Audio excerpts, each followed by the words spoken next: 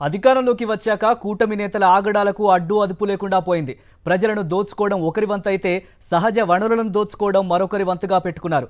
మద్యం, మైనింగ్ సహా అన్ని రంగాల్లో తమ చేతి వాటం ప్రదర్శిస్తున్నారు.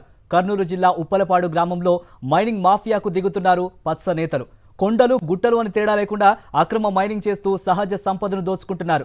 లోకల్ లీడర్ పాలకొలను సుధాకర్ రెడ్డి ఆధ్వర్యంలో యథేచ్ఛగా ఎర్రమట్టిని తవ్వుతున్నారు. భారీ వాహనాల్లో అక్రమంగా రవాణా చేస్తూ సొమ్ము చేసుకుంటున్నారు.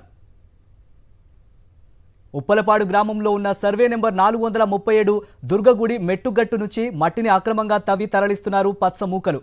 అడిగేవారు లేరని దొరికినంతా దోచుకుంటున్నారు. అయితే ఈ పచ్చ మూకలకు అడ్డుపడకపోతే గ్రామాన్ని నిలువునా దోచేస్తారని భావించిన గ్రామస్తులు లోకల్ టీడీపీ నేతల ఆగడాలపై ధ్వజమెత్తారు.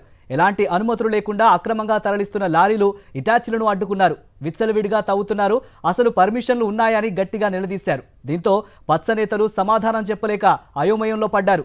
మట్టి తవ్వకాలను అడ్డుకున్న ప్రజలను చూసి టీడీపీ నేత సుధాకర్ రెడ్డి దౌర్జన్యానికి దిగాడు.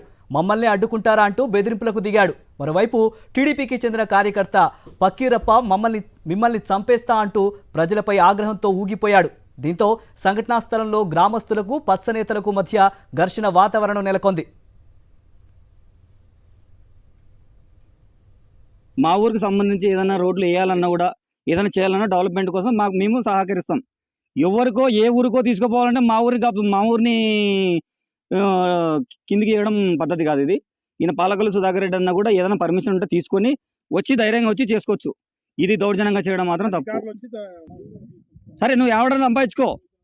వచ్చి చిన్న గ్రామంలో చిన్నపల్లిలో నువ్వు సర్పంచ్ని అడిగినావా లేదా ఎంఆర్ ఆఫీస్లో ఏమన్నా నువ్వు పర్మిషన్ తీసుకున్నావా? మా ఊరికి ఏం డెవలప్మెంట్ మాకుండా ఇది మేము దొక్కడానికి గుడికి సంబంధించిన శివరాత్రి చేస్తున్నామంటే 4 టిప్పులు మన్ను రోడ్డుకు తోలుకుంటామంటే కూడా వద్దని అడ్డుకున్నారు. డిపార్ట్మెంట్ వచ్చి పోలీసు వాళ్ళు ఇదే వైసీపీలో వచ్చి నిలబడినారు. కానీ ఈరోజు నువ్వు టీడీపీలో ఇది చేస్తా అంటే ఇది ప్రభుత్వ విషయం కాదు, ఇది గవర్నమెంట్ విషయం కాదు, ఇది మా ఊరికి సంబంధించినది. ఇది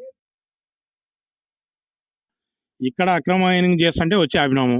కారణం కూడా చెప్తాం. మా గ్రామంలో పశువులు మేపుకోవడానికి కూడా పర్మిషన్ ఇవ్వలే. 6 దినాల్లో ఇవ్వము అన్నారు. ఇప్పుడు ఎవరు పర్మిషన్ ఇచ్చారో ముందరికి రమ్మనండి.